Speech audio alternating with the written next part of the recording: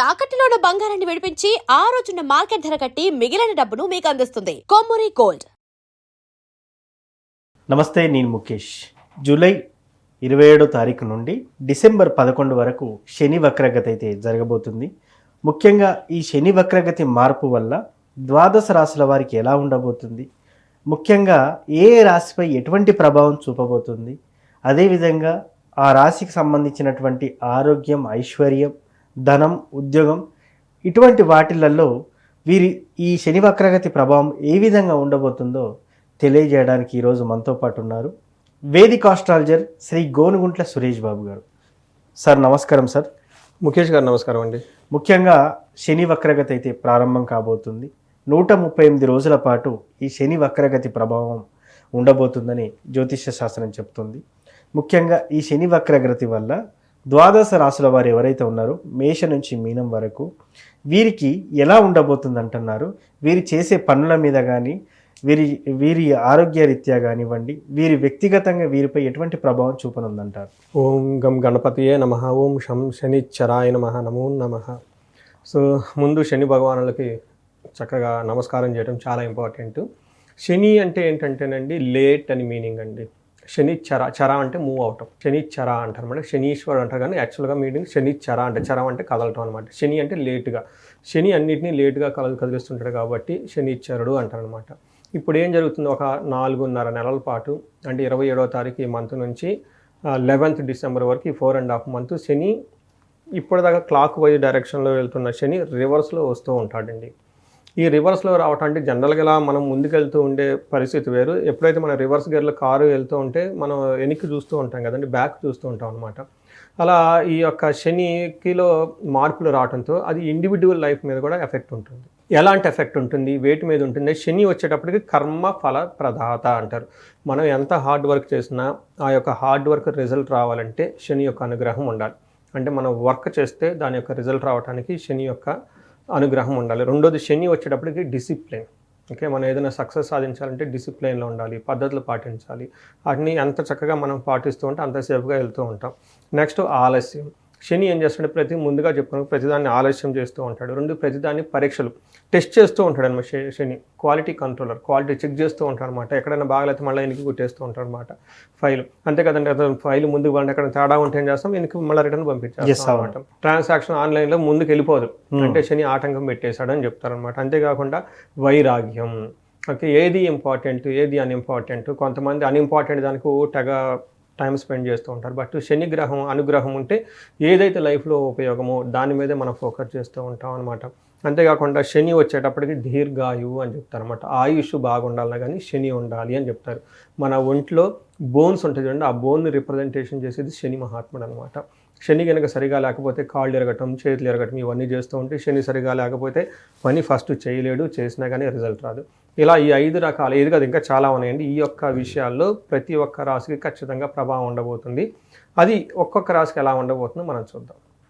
కర్కటక రాశి వారికి శని వక్రగతి వల్ల ఎలాంటి ప్రభావం ఉండబోతుందంటారు? వీళ్ళకి ఈ రాశి వాళ్ళు కొంచెం చాలా కేర్ఫుల్గా ఉండాలండి. ఎందుకంటే వీళ్ళకి అష్టమ శని నుంచి వదులుకొని ఒక 1.5 year బ్యాక్ మళ్ళీ ముందుకు వచ్చేసారు వీళ్ళు. అప్పుడున్న చాలా పెద్ద ప్రాబ్లమ్స్లో నుంచి చాలా వరకు ప్రాబ్లమ్స్ అన్ని పోయేసి ఒక నార్మల్గా స్థితికి రోజు రోజుకు వస్తూ ఉన్నారు. ఏదన్నా ఉంటే అప్పుడప్పుడు అవమానాలు జరగటం. మనకేం చెప్తారంటే మానహాని, క్లేశ కృషి, భోజనం అల్పశం, నిత్య సంవాదం, దారిద్ర్యం అంటారు. అంటే రైట్ నో వాళ్ళకి ఎలా ఉంటుంది అంటే అవమానాలు జరుగుతూ ఎక్కువగా ఉంటుంది. రోజుకు కొంచెం ఫైనాన్షియల్గా ఇబ్బంది పడుతూ ఉంటారు. బట్ ఎంత ముందుతో కంపేర్ చేస్తే బెటర్గా ఉంటారు. అయితే ఈ టైంలో ఇంకేం చేస్తారంటే ఎప్పుడు గొడవలు కూడా అయ్యే అవకాశం ఎక్కువగా ఉంటుంది. ఇది సహజంగా ఇప్పుడు ఈ టైంలో జరుగుతూ ఉంటుంది. బట్ శని అంతకుముందు అష్టమంలో చాలా ఇబ్బంది పెట్టున్నారు 2.5 years. అయితే 1 year మించి ఈ విధంగా అంటే అంతకుముందున్న ప్రాబ్లమ్స్ నుంచి దాదాపు 80% బయటపడేసి ఇప్పుడు చెప్పుకున్న కొద్ది ప్రాబ్లమ్స్లోనే మాత్రమే వీళ్ళు ఉన్నారు. అయితే 9వ స్థానంలో శని ఉండటంతో మనకేం చెప్తారంటే భాగ్యస్థానంలో ఏ గ్రహం ఉన్నా లైట్గా ఇబ్బంది పడుతుంది, టూ మచ్ ఇబ్బంది పెట్టదు అనమాట. ధర్మచింతనని కలిగిస్తూ ఉంటుంది. అయితే ఈ టైంలో ఏమవుతుందంటే అండి, ఫైనాన్స్కి సంబంధించిన ప్రాబ్లంలు, ఇంట్లో గొడవలు అయ్యే అవకాశం చాలా తక్కువ ఉంటుంది. ఫాదర్కి హెల్త్ విషయంలో మాత్రం జాగ్రత్తగా ఉండాలి. అయితే ఇప్పుడు ఈ వక్రగతి జరగటం వల్ల ఏం జరుగుతుందో చూద్దాం. సో ఈ వక్రగతి ద్వారా వీళ్ళకి ఏమవుతుందంటేనండి, ఎక్కడైనా కనుక పెండింగ్ పనులు ఉంటే అవన్నీ చక్కగా ముందుకెళ్ళిపోతూ ఉంటాయి. పెండింగ్ రావాల్సిన బాకాయిలు, ధనము అంతా తిరిగి వచ్చే అవకాశం ఎక్కువగా ఉంటుంది. భార్యతోటి, పుత్రులతోటి అపార్థాలు ఏమన్నా ఉంటే అవన్నీ తొలగిపోతాయి అని మనకు చెప్తూ ఉంటారు. గురువుల ద్వారా తీర్థయాత్రలు ఇవన్నీ చేయటము, ఆధ్యాత్మికం పైన ఆసక్తి అంతా పెరుగుతుంటుంది. పాత బకాయిలు, ఇంతకుముందు హెల్త్ కాంప్లికేషన్స్ ఏమైనా ఉంటే కనుక అవన్నీ సెటిల్ అయిపోతాయని మనం చెప్పుకోవచ్చు. ఇంకొక రకంగా ఏం చెప్తారంటే అష్టమ శనిలో ఇలా అష్ట కష్టాలు పడి ఉంటారు.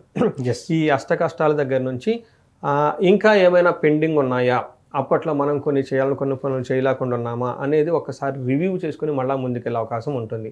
అంటే ఈ టైంలో ఏమవుతుందంటేనండి, ఒక మహాసముద్రాన్ని దాటుకొని వచ్చేసాం కదా, మళ్ళీ వెనక్కి తిరిగి చూస్తాం, అమ్మో ఎంత పెద్ద సముద్రాన్ని దాటామని భయపడుతూ ఉంటాం అనమాట. అట్లా వీళ్ళు ఒక్కసారి ఎట్టయినా టఫ్ ప్రాబ్లమ్స్ వచ్చామా అని ఆ యొక్క చూసుకొని మళ్ళా వెనుక్కొని ముందుకు వచ్చే అవకాశం ఉందని మనం చెప్పుకోవాలన్నమాట.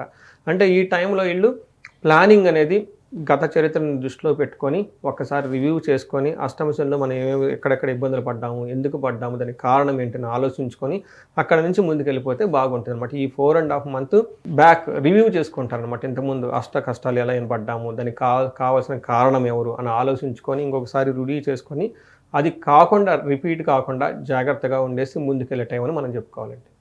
శని వక్రగతి వల్ల ద్వాదశ రాశుల వారు అంటే మేష నుంచి మీనం వారికి ఎవరైతే ఉన్నారో వీరు ఈ 138 రోజుల్లో ఎవరికి కలిసి రావట్లేదు అని అనుకునేవారు ఏ పరిహారం చేస్తే, ఏ మంత్రం చదివితే వీరికి బాగా కలిసి వచ్చే అవకాశం ఉందంటారు?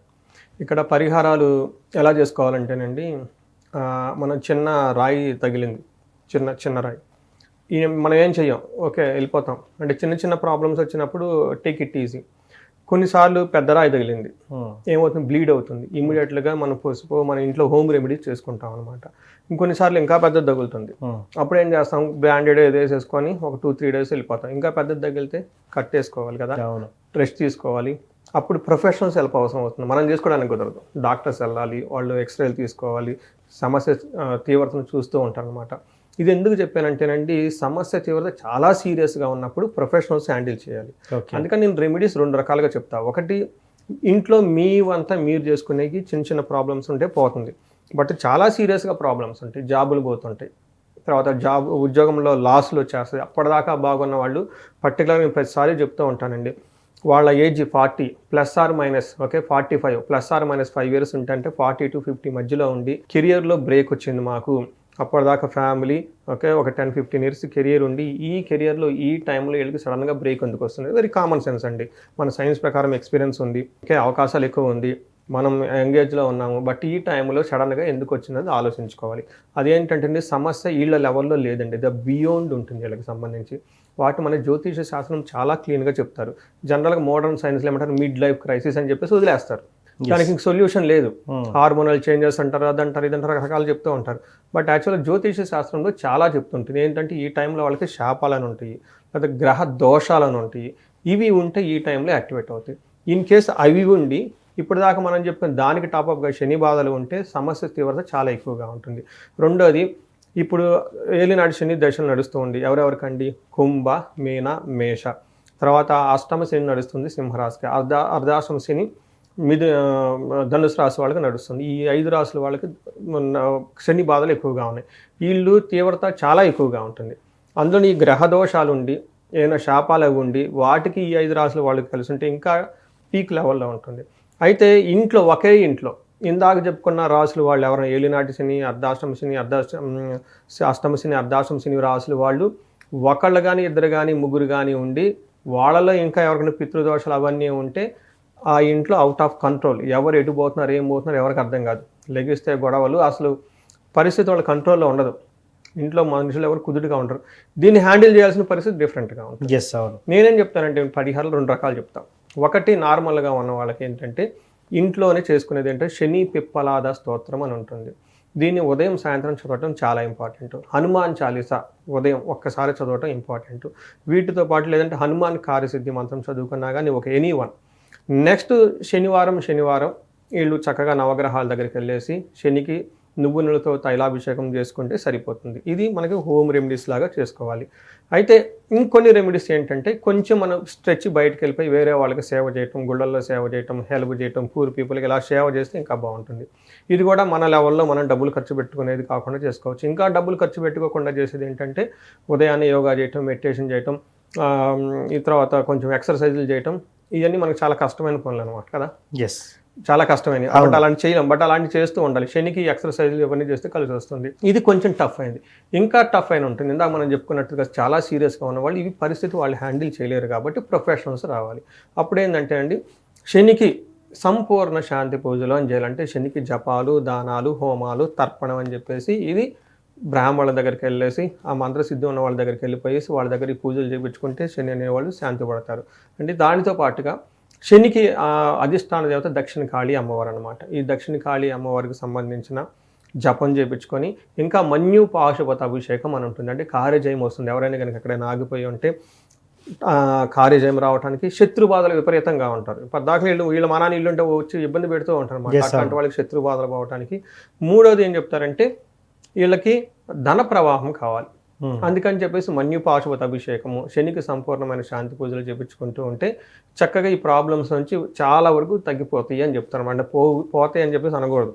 ఇంకా మనం ప్రాక్టికల్గా చూస్తే ఒక 70%, 80% ప్రాబ్లమ్స్ అన్ని మనం తగ్గించుకోవచ్చు. ఈ పూజల యొక్క ప్రభావంతో వాళ్ళకి లైఫ్ అనేది ఖచ్చితంగా నెక్స్ట్ లెవెల్కి అయితే వెళ్ళిపోతారనమాట.